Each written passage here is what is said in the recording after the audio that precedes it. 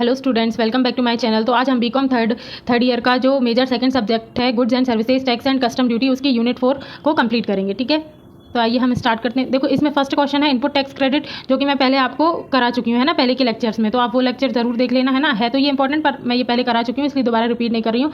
अब टाइम बहुत कम बचा है ना, 21 को आपका एग्जाम है और आज 19 हो गई है। ठीक है, तो इसलिए हम जो क्वेश्चन रह गए हैं हम उनको कंप्लीट कर लेते हैं। ठीक है, टैक्सेबल सप्लाई या एग्जेम्प्टेड सप्लाई क्या होती है? सॉरी, टैक्सेबल सप्लाई अलग है और एग्जेम्प्टेड सप्लाई अलग है। ठीक है, टैक्सेबल सप्लाई का मीनिंग देख लो, supply of goods and services on which GST is leviable. ठीक है, मतलब कि ऐसी सप्लाई गुड्स और सर्विसेज की जिसपे जीएसटी क्या होगा, वसूल किया जाएगा, है ना, या जीएसटी लगेगा जिन पे। ठीक है, तो वो कौन सी सप्लाई हो जाती है? Taxable supply. ठीक है, फिर है मीनिंग ऑफ एग्जेम्प्ट सप्लाई। तो supply of goods and services which are exempted from GST, मतलब कि ऐसी सप्लाई गुड्स और सर्विसेज की जो क्या है, एग्जेम्प्टेड है जीएसटी से, मतलब कि जो कर मुक्त है। ठीक है, जिसपे कोई भी टैक्स आपको पे नहीं करना है। ठीक है, तो उस सप्लाई को हम क्या कहेंगे? Exempt supply. ठीक है, यहाँ पे टेबल के फॉर्म में समझ लो।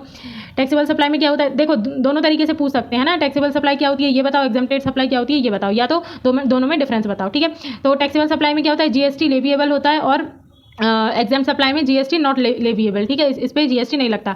और टैक्सेबल सप्लाई में आईटीसी अवेलेबल होता है, एग्जाम्प्ट में अवेलेबल नहीं होता। ठीक है, और टैक्सेबल सप्लाई में क्या होता है, इंक्रीजेज आउटपुट टैक्स लाइबिलिटी। इस पे आउटपुट टैक्स लाइबिलिटी क्या होती है, इंक्रीज होती है ना, और इसमें ऐसा नहीं होता है। इसमें क्या होता है, मेंशनड इन टैक्सेबल इनवॉइस। ठीक है, इसको मेंशन किया जाता है जो इनवॉइसेज होते हैं उसमें। ठीक है, और इसको मेंशन किया जाता है एग्जेम्प्टेड इनवॉइस में। ठीक है, इसको टैक्सेबल इनवॉइस में मेंशन किया जाता है और इसको एग्जेम्प्ट इनवॉइस में। ठीक है, example mobile phone, electronic clothing, ये सब क्या है, टैक्सेबल सप्लाई। ठीक है, और हेल्थ सर्विस हो गई, एजुकेशन सर्विस हो गई, ये क्या है, एग्जेम्प्टेड सप्लाई, मतलब इन पे टैक्स या जीएसटी नहीं लगता है ना। एग्जाम्पल से समझ लेंगे हम।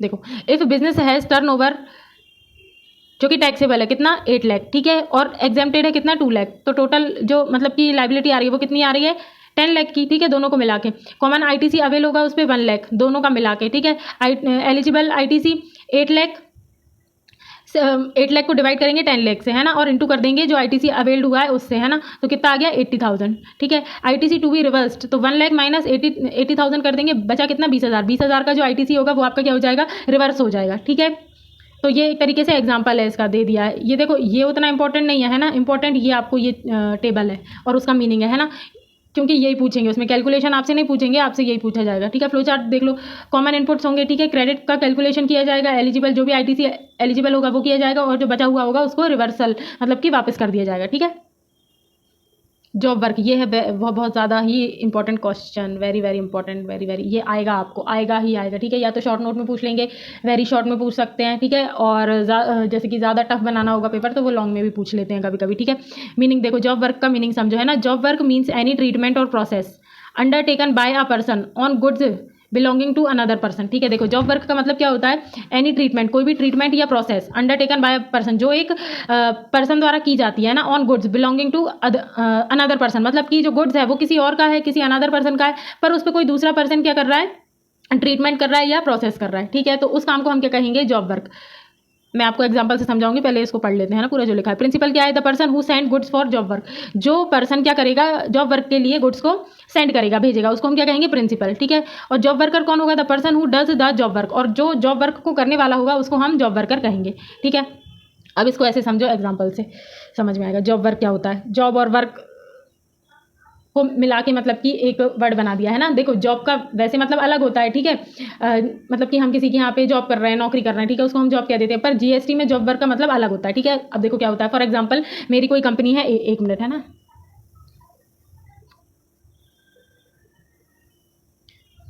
देखो कंपनी ए है ना, कंपनी ए यहाँ पे समझ लो, ये क्या कर रही है, ये बनाती है, मान लो कि बैग बनाती है ना, स्कूल बैग जो होते हैं ना वो बनाती है। ठीक है, स्कूल बैग बनाती है ये, तो बैग का जो भी स्ट्रक्चर होता है वो डिज़ाइन कर देती है, सब कुछ, है ना, स्टिचिंग वगैरह सब कर देती है, पर जो चेन लगाने का काम होता है ना, चेन उसमें लगती है ना बैग्स में, वो लगाने का काम ये नहीं करती, है ना, चेन ये नहीं लगाती। तो अब ये क्या करेंगे, जो कंपनी ए होगी, अब चेन लगवाने के लिए किसी जो कंपनी चेन लगाती होगी, है ना, उसको ये भेजेंगे। तो कंपनी बी क्या है, जो चेन लगाने का काम करती है, जो सिर्फ चेन लगाती है ना, बैग वैग नहीं बनाती, वो सिर्फ बैग्स जो होते हैं उनमें सिर्फ चेन लगाने का। ये मैं एग्जांपल दे रही हूँ। ठीक है, इसको मतलब ऐसे अरे ऐसा तो नहीं होता, ऐसे नहीं लेना, सिर्फ समझो उस चीज़ को। ठीक है, कंपनी ए बैग बना रही है ना, और उसने चेन लगवाने के लिए कंपनी बी के पास ये अपना जो गुड्स है वो भेजा, सेंड किया। ठीक है, तो कंपनी ए कौन हो गई, प्रिंसिपल। प्रिंसिपल, ठीक है। कंपनी ए कौन हो गई? प्रिंसिपल। ये गुड्स भेजेगी। अब कंपनी बी क्या करेगी? इन गुड्स पे, है ना, जो बैग्स भेजे हैं उनमें चेन लगा के ये कंपनी बी को क्या कर देगी? वापस लौटा देगी, ठीक है। और इसके बदले वो क्या लेगी? इससे कुछ पैसा लेगी, है ना, कुछ भी अमाउंट होगा या रिमनरेशन होगा, जो भी वो ये लेगी, है ना, उसके बदले में कंसिडरेशन, ठीक है। तो जो ये काम किया इनने, है ना, जो बैग इनने भेजे और इनने चेन लगा के वापस की, है ना, तो इसी काम को हम क्या कहते हैं? Job work. जो गुड्स था किसी का, बिलोंग किससे कर रहा था? इससे, पर उस पर प्रोसेस या ट्रीटमेंट कौन कर रहा था? कंपनी बी, ठीक है।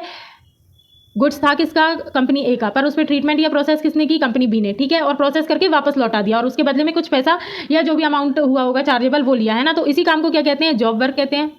जॉब वर्क, ठीक है, जॉब वर्क कहते हैं। और उस काम को करने वाले को, है ना, ये जॉब वर्क करने वाले को ही क्या कहते हैं? Job worker. तो कंपनी बी कौन हो गई यहाँ पे? जॉब वर्कर हो गई, वर्कर, ठीक है, जॉब वर्कर हो गई। एक मिनट यार, लिखा नहीं रहा, देखो शुरू से। कंपनी ए बैग बना रही थी, ठीक है, बैग। कंपनी बी क्या कर रही थी? उन बैग्स में चेन लगाने का काम कर रही थी, चेन, ठीक है। इसने बैग यहाँ पे भेजे कंपनी बी को, कंपनी बी ने चेन लगाई और कंपनी ए को वापस लौटा दी। इसके बदले क्या लिया? कुछ मनी, है ना, मनी ली होगी, है ना, इनने, किसने? कंपनी बी ने, है ना। जो ये काम किया उसको क्या कहेंगे? Job work. ये लिखा है ना, यहाँ पे लिख देती हूँ। और जो जिसने गुड्स भेजा वो कौन हो गया? प्रिंसिपल हो गया, ठीक है, प्रिंसिपल। ये वो वाला प्रिंसिपल नहीं है, ठीक है, प्रिंसिपल मतलब प्रधान। और जिसने चेन लगाई, है ना, जिसने जॉब वर्क का काम किया वो कौन हो जाएगा? जॉब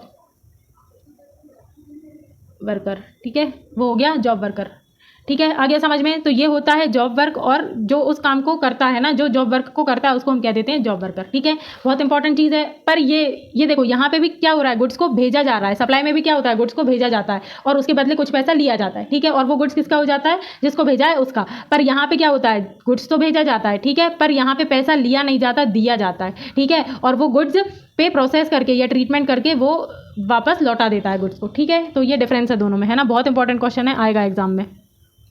आई होप समझ में आ गया होगा जॉब वर्क क्या होता है और जॉब वर्कर क्या होता है, ठीक है। अब इसकी प्रोसीजर देख लो, क्या क्या प्रोसीजर होती है जीएसटी में इसकी। Principal send goods to job worker, ठीक है, प्रिंसिपल सेंड करेगा गुड्स को। फिर goods send challan without payment of under tax, sorry एक मिनट।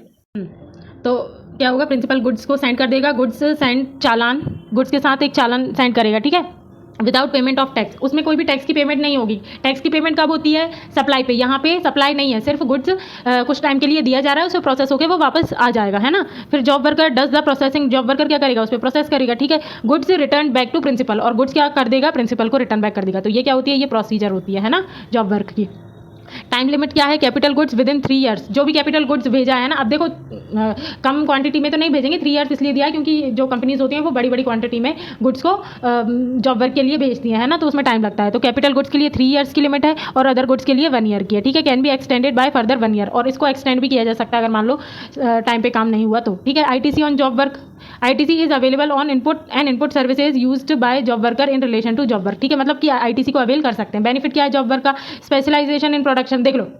देखो अब जिसको जो काम करना आता है, अगर वो इंसान वो काम करेगा तो वो काम अच्छे तरीके से होगा, ठीक है। तो क्या हो जाता है? स्पेशलाइजेशन हो जाता है। जैसे कंपनी ए बैग बना रही थी, वो बैग बनाने में माहिर है, ठीक है, पर वो चेन वो भी लगा सकती है, पर कह लो वो उतनी अच्छे तरीके से काम नहीं कर पाएगी उसमें, है ना। तो जो काम जो अच्छा कर सकता है, जैसे कंपनी बी सिर्फ चेन लगाने का ही काम कर रही थी, तो वो उसमें एक्सपर्ट होगी, है ना। तो इससे क्या आ गया? स्पेशलाइजेशन आ गया, है ना, प्रोडक्शन में। देखो, और फिर रिड्यूसेस कॉस्ट रिड्यूस हो जाती है, ठीक है, क्योंकि अब जिसको जो काम नहीं आता वो उस काम को करेगा तो वो उसमें समय भी ज़्यादा लेगा, हो सकता है पैसे भी ज़्यादा लग जाए, ठीक है। पर जो काम जिस व्यक्ति को आता है तो वो कम समय में और बहुत कम पैसों में भी उस काम को कंप्लीट कर सकता है, ठीक है। एफिशिएंट यूटिलाइजेशन ऑफ रिसोर्सेज, और जो भी रिसोर्सेज होते हैं उनका एफिशिएंट यूटिलाइजेशन हो जाता है, ठीक है। Helps in meeting bulk orders, ठीक है, और जो बल्क ऑर्डर्स होते हैं उनमें भी हेल्प करता है कि वो सिर्फ बैग बनाने का काम कर रहे हैं तो वो उसी पे फोकस करेंगे। अगर वो साथ में चेन लगाने का काम भी करेंगे तो उनका क्या हो जाएगा? काम बढ़ जाएगा ना। तो जो बल्क ऑर्डर रहेंगे उनको वो कंप्लीट करने में उनको दिक्कत आएगी, है ना, टाइम पे हो सकता है वो ना दे पाए। पर अगर वही काम कोई दूसरा कर रहा है ना, बट गया आप काम, तो क्या होगा? बल्क ऑर्डर को मतलब कि प्लेस करने में वो हेल्प कर देगा, ठीक है। तो ये उसके क्या है? बेनिफिट्स हैं। अब देखो प्रोसेस फ्लो चार्ट की। प्रिंसिपल होगा, गुड्स को सेंड करेगा किसको? जॉब वर्कर को, जॉब वर्कर प्रोसेस करेगा और गुड्स को रिटर्न कर देगा, ठीक है। ITC is the backbone of GST, ठीक है, which ensures that tax is paid only on value addition, ठीक है। ये तो वही की वही लाइन लिखी है, और ये ऑल द बेस्ट आप सभी को अभी से मैं बोल दे रही हूँ, है ना। आगे देख लो, नेक्स्ट क्वेश्चन है इसका, maintenance of accounts and records under GST, ठीक है। मेंटेनेंस क्या है अकाउंट्स का और रिकॉर्ड्स का जीएसटी में, ये भी शायद हम कल पढ़ चुके हैं अकाउंट्स और रिकॉर्ड्स वाला, है ना। फिर भी एक और बार देख लो, every registered person is required to maintain proper account and other records as specified under GST law, ठीक है। हाँ, ये हम कल वाली जो यूनिट है उसमें हम पढ़ चुके हैं। जो भी क्या कहते हैं रजिस्टर्ड पर्सन होता है उसको अपने अकाउंट्स और रिकॉर्ड्स को मेंटेन करके रखना चाहिए, ठीक है। क्यों रखना चाहिए? क्योंकि वो एक तरीके से प्रूफ होता है, ठीक है। टाइप्स ऑफ रिकॉर्ड कौन कौन से होते हैं, जैसे कि production, manufacture, inward supply, outward supply, है ना, stock, register, accounting records, tax invoice, ये मैंने टेबल के फॉर्म में बहुत अच्छे से आपको बताया था, ठीक है। वो यही है। Accounts to be preserved, all accounts, books, document, return, e way bill, bills of supply, correspondence etcetera, इन सबको प्रिजर्व करके रखा जाता है एक तरीके से, ठीक है। क्यों? क्योंकि वो प्रूफ रहता है ना आपके बिजनेस का, ठीक है। Place of maintenance at the principal place of business, या तो प्रिंसिपल के प्लेस पे रखो, है ना, बिजनेस जो भी है वहाँ के, है ना। If more than one place at each place of business, ठीक है। अगर एक से ज़्यादा बिजनेस है तो वहाँ पे भी आप रख सकते हो, ठीक है।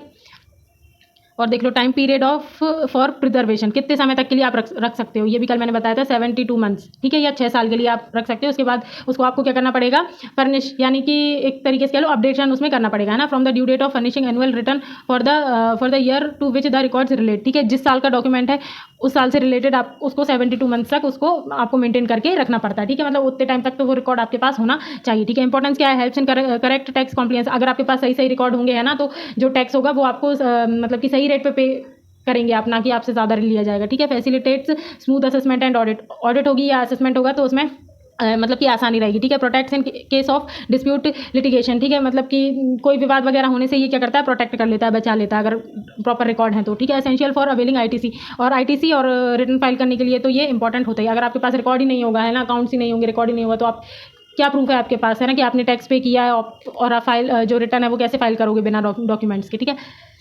फ्लो चार्ट देख लो, बिजनेस ट्रांजैक्शन रिकॉर्डिंग होगी, ठीक है। जीएसटी अकाउंट बनेगा और उसका प्रिजर्वेशन होगा 72 मंथ्स तक, ठीक है।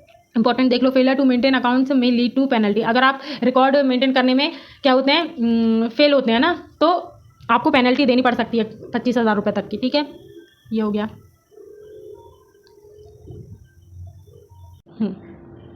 एक मिनट, अगला देख लो, क्वेश्चन क्या है, demand and recovery under GST, ठीक है। डिमांड और रिकवरी क्या होगी, ये भी इंपॉर्टेंट है। It means a formal claim raised by the department for payment of tax, ठीक है, इंटरेस्ट, पेनल्टी और any other amount due from a tax payer. अगर मान लो कोई भी क्या कहते हैं टैक्स पेयर है ना, पेनल्टी इंटरेस्ट पे करने में मतलब कि ड्यू कर दी उसने, है ना, वो पे नहीं कर पाया, तो उसके लिए एक ये फॉर्मल सा क्लेम होता है, क्या, डिमांड का, कि डिमांड की जाती है कि आपने ये नहीं भरा है तो आप इस टैक्स को भर दो, तो ये हो गई डिमांड, है ना। अभी वो डिमांड करेंगे अच्छे से कि आपने ये भरा नहीं है तो हम आपको रिकॉल करा रहे हैं कि आपको ये भरना है, ठीक है। जैसे इलेक्ट्रिसिटी बिल का होता है ना, अगर आपने इलेक्ट्रिसिटी बिल नहीं भरा है तो आपके पास मैसेज आने लग जाते हैं, या आपने रिचार्ज ही नहीं किया है ना अपने मोबाइल का, इलेक्ट्रिसिटी बिल तो छोड़ो, मोबाइल रिचार्ज तो सभी करते हैं, ठीक है। तो मोबाइल रिचार्ज अगर आप मतलब कि टाइम निकल गया है ना, खैर वो पहले से ही रिमाइंड कराने लगते हैं कि 3 दिन बचे हैं और आप करा लो, है ना, रिचार्ज, पर आप नहीं कराते हो, जैसे है ना डेट निकल जाती है और आप नहीं कराते हो, तो फिर वहाँ से आपको कॉल्स और मैसेजेस आने लगते हैं, ठीक है। तो इसी तरीके से अगर आप टैक्स या पेनल्टी या इंटरेस्ट पे नहीं करते हो तो जो डिपार्टमेंट होता है वो भी आप एक तरीके से डिमांड करता है कि आप ये इसका पेमेंट कर दो, ठीक है, टैक्स का, ठीक है। तो ये होता है। आगे देख लो, रीज़न फॉर डिमांड, रीज़न क्या होता है, non payment, short payment of tax, अगर आपने पेमेंट नहीं की है या कम पेमेंट की है, ठीक है। रॉन्ग अवेलमेंट कर लिया है आपने आईटीसी का या ज़्यादा कर लिया है। नॉन फाइलिंग, अगर आपने रिटर्न फाइल नहीं की है या लेट रिटर्न फाइल की है तो, है ना, वायलेशन ऑफ जीएसटी प्रोविजन, अगर प्रोविजंस में जो बताया उसके अकॉर्डिंग, ठीक है। रिकवरी क्या प्रोसीजर क्या होती है, department issues notice, gives opportunity of hearing, passes order and initiates recovery. देखो क्या होता है, अगर आपने डिमांड करने पर पेमेंट कर दी तो ठीक है, पर अगर आप डिमांड करने पर वो कुछ टाइम देते हैं आपको, अगर आप उस टाइम के अंदर पेमेंट नहीं करते हो तो फिर वो क्या करेंगे, डिपार्टमेंट नोटिस इशू करता है, ठीक है। अपॉर्चुनिटी देता है हियरिंग की, है ना, मतलब कि क्या कहते हैं उसको हिंदी में, हियरिंग होती है ना, जो मतलब केस वगैरह चलता है उस पर हियरिंग होती है, पेशी, ठीक है, पेशी जिसको कहते हैं हिंदी में, ठीक है, आ गया। तो जो मतलब कि हियरिंग की वो या पेशी की आपको अपॉर्चुनिटी देती है ना, ऑर्डर पास करती है और इनिशिएट रिकवरी, फिर भी आप नहीं देते तो फिर वो रिकवरी करती है कि अब हमें हमारा पैसा लौटाओ, ठीक है।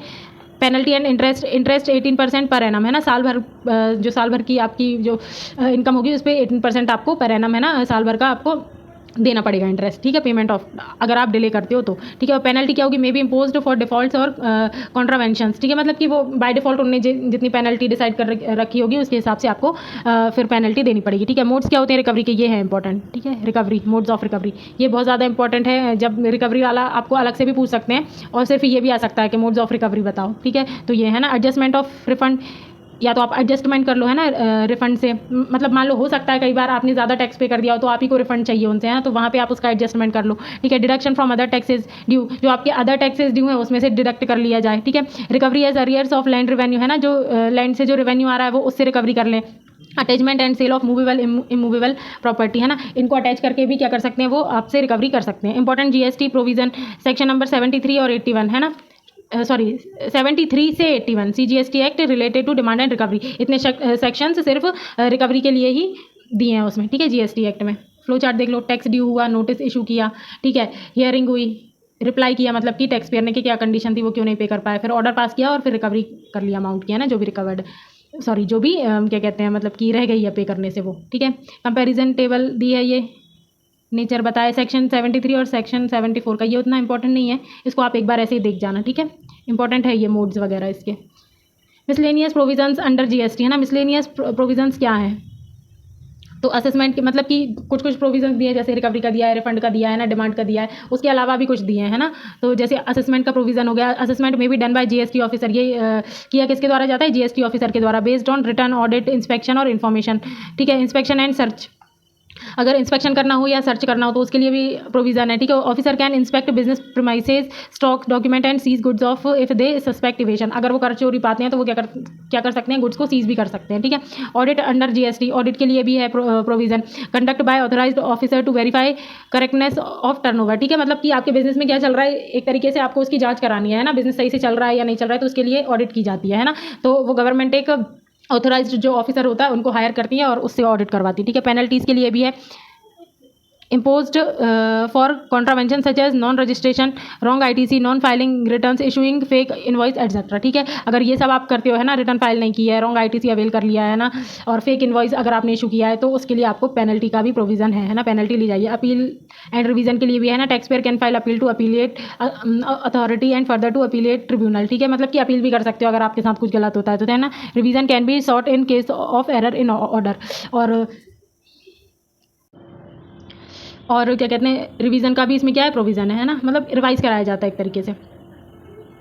इंपॉर्टेंस क्या है इसका, ensure proper administration of GST, prevent tax evasion and fraud, provide legal remedies to tax payer, ठीक है, promote transparency and fairness in tax system, मतलब कि एक तरीके से पारदर्शिता लेके आता है ना, टैक्स चोरी को बचाता है, और एक तरीके से लीगल रेमेडीज मतलब कि लीगल उपाय बताता है ना। अगर मान लो किसी के बिजनेस में कुछ हेर फेर चल रही है और उसको डाउट होता है, तो वो फिर ये ऑडिट करा के क्या कर सकता है, अपने बिजनेस की या अपने टर्नओवर की जांच करवा सकता है, ठीक है। या गवर्नमेंट को ऐसा लगता है कि कोई बिजनेस झूठा शो कर रही है अपने, है ना, बिजनेस में, मतलब कि इनकम और एक्सपेंडिचर में कुछ मतलब कि वो कर रही है ताकि उसको टैक्स ना भरना पड़े ना, कम दिखा रही है इनकम को, एक्सपेंडिचर को ज़्यादा दिखा रही है, तो गवर्नमेंट खुद भी उस कंपनी की ऑडिट करवा सकती है, ठीक है। जीएसटी एडमिनिस्ट्रेशन होता है, इंस्पेक्शन या सर्च होती है, ठीक है, फिर ऑडिट होती है, फिर पेनल्टी अगर लगती है उस पर तो पेनल्टी होगी, फिर अपील की जाएगी और रिवीजन किया जाएगा, ठीक है। की पॉइंट, मेंटेन रिकॉर्ड मेंटेन इसलिए करके रखना होता है ना 72 मंथ्स तक, demand on can be raised with in 3 और 5 ईयर्स, है ना, 3 से 5 साल के अंदर डिमांड कर सकते हैं। इंटरेस्ट जो पेबल होता है वो 18% का होता है उस पर, जो डिले टैक्स किया आपने उसमें, ठीक है। Department can recover dues as arrears of land revenue, वही जो बता दें मैंने, लैंड से जो आपको रेवेन्यू आएगा उससे भी वो क्या कर सकते हैं, रिकवर कर सकती है, ठीक है। Tax payer has right to appeal against order, और जो टैक्स पेयर होता है अगर मान लो उसकी गलती नहीं है, फिर भी अगर कुछ ऐसा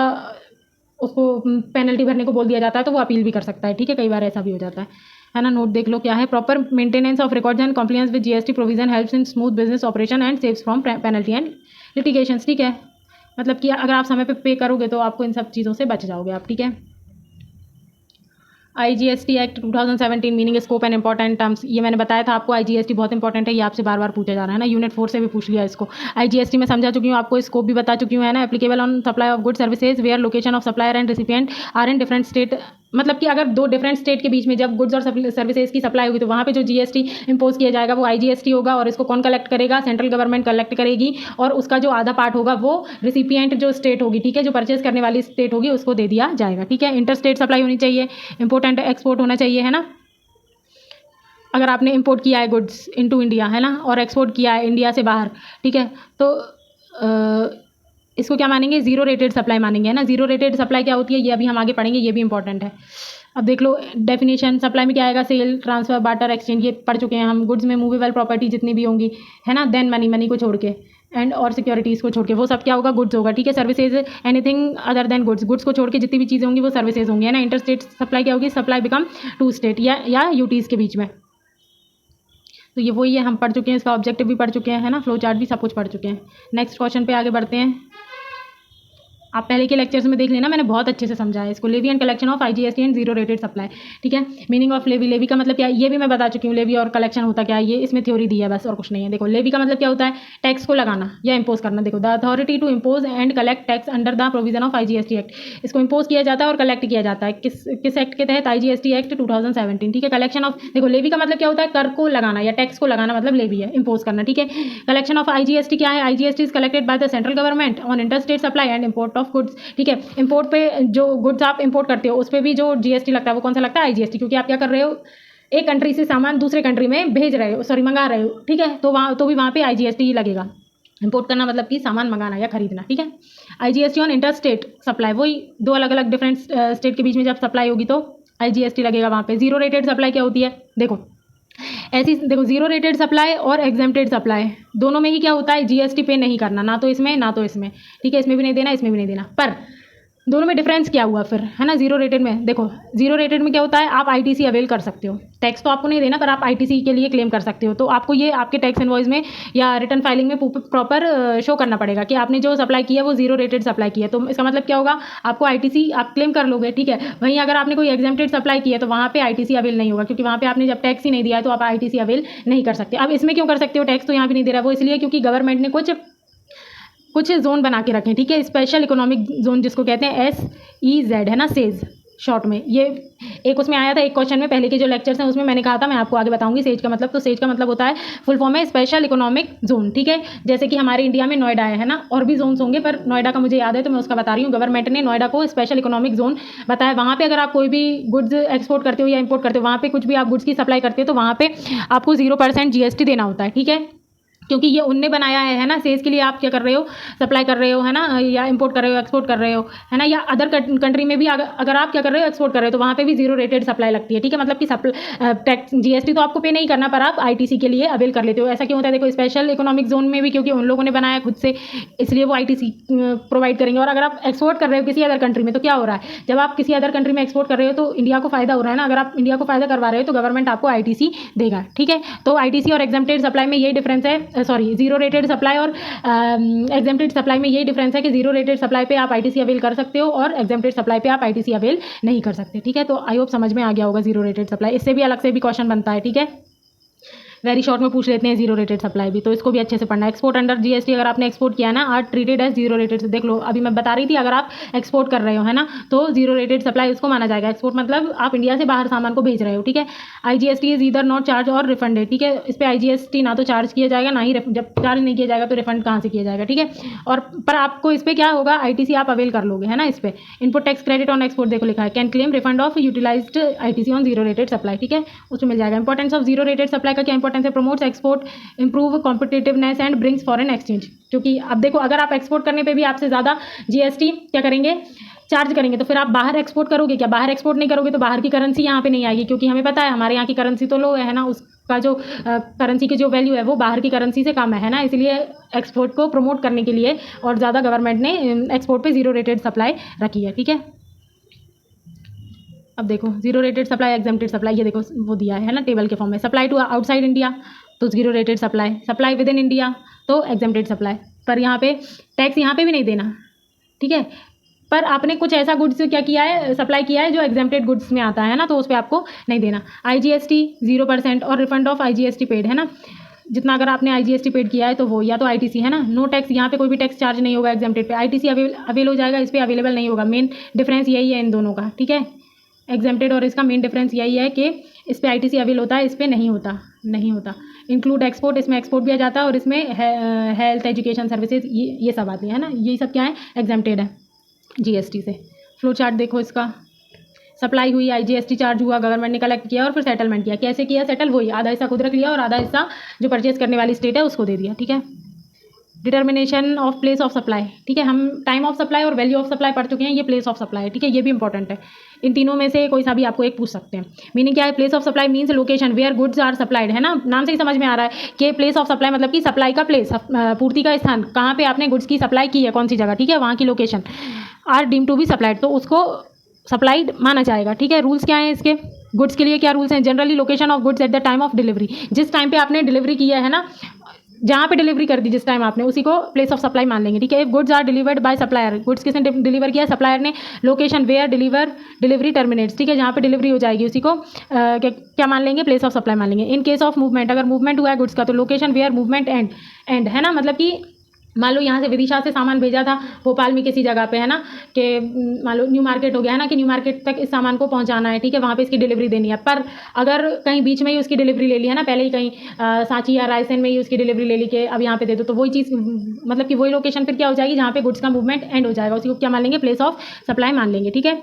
अब देखो इंपॉर्टेंस अंडर जीएसटी में इसका क्या इंपॉर्टेंस है, determines weather CGST plus SGST UTGST interstate और इंटरस्टेट सप्लाई इज एप्लीकेबल। देखो प्लेस ऑफ सप्लाई इसलिए भी पता होना चाहिए, तभी तो हम डिटरमाइन कर पाएंगे कि वो इंटरस्टेट सप्लाई है या इंटरस्टेट सप्लाई है। मान लो आपने गुड्स मध्य प्रदेश से गुजरात के लिए भेजा था, ठीक है, बेचने के लिए, तो वहाँ पे सप्लाई कौन सी हो रही थी, इंटरस्टेट सप्लाई, क्योंकि दो अलग अलग स्टेट थी।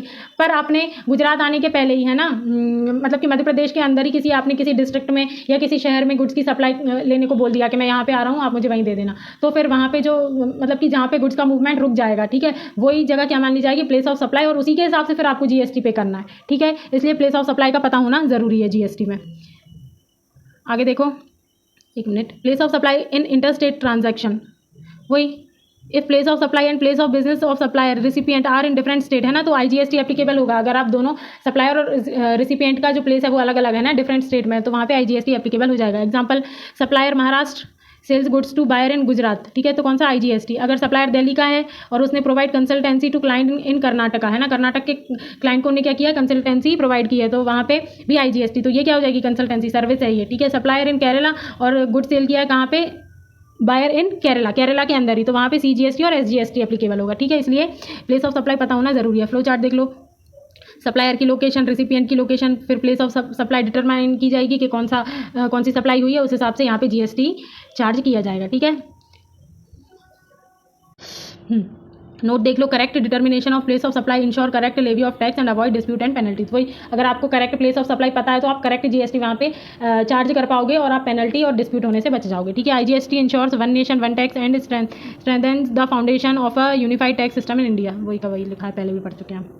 अब देखो, स्कोप ऑफ मीनिंग या स्कोप ऑफ आईजीएसटी, तो ये हम बहुत अच्छे से पढ़ चुके हैं, स्कोप्स भी बहुत अच्छे से पढ़ लिए हैं। स्कोप का मतलब होता है क्षेत्र, मतलब कि वो फैला कहाँ तक है, ठीक है।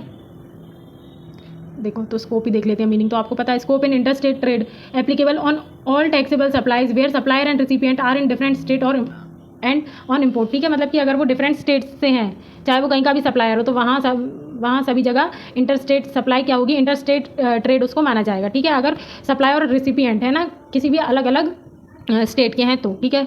रोल क्या है, वो ये बैकबोन है जीएसटी की, that enable seamless credit flow and revenue sharing between centre and state.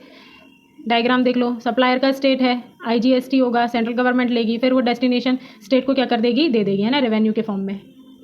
बस ये यूनिट हमारी यहीं पे होती है ख़त्म, ठीक है। 4th यूनिट आपकी कंप्लीट हो गई है। All the best for exam, आपके एग्ज़ाम के लिए ऑल द बेस्ट। एक यूनिट और बचती है हमारी, यूनिट 5, तो यूनिट 5 छोटी है, उसमें ज़्यादा क्वेश्चंस नहीं है। बाकी हिंदी के स्टूडेंट्स के लिए मैं नोट्स दे ही दूँगी और आप लोग अच्छे से तैयारी करना। कमी एक ही दिन बचा है बस आपको, कल का देना है ना, 21 को आपका एग्ज़ाम ही है, तो आप अच्छे से पढ़ाई करना। मैं आज ये यूनिट अपलोड कर दूँगी, इसके नोट्स भी प्रोवाइड करा दूँगी। और वीडियो कैसी लगी कमेंट करके ज़रूर बताना। आप लोग कमेंट नहीं करते हो, बताया तो करो एटलीस्ट कि आप लोगों को कुछ समझ में आ भी रहा है या नहीं, या हेल्पफुल है वीडियो या नहीं आपके लिए, ठीक है। इससे क्या होता है, मुझे मोटिवेशन मिलेगा, तो मैं आगे और जो आपके एग्जाम्स होंगे आने वाले उनमें भी आपको हेल्प कर सकूँगी, है ना, पढ़ाने के लिए किसी भी टॉपिक पे। तो आप कमेंट करके बताना, ठीक है। और बाकी पसंद आए तो वीडियो को लाइक कर देना। All the best.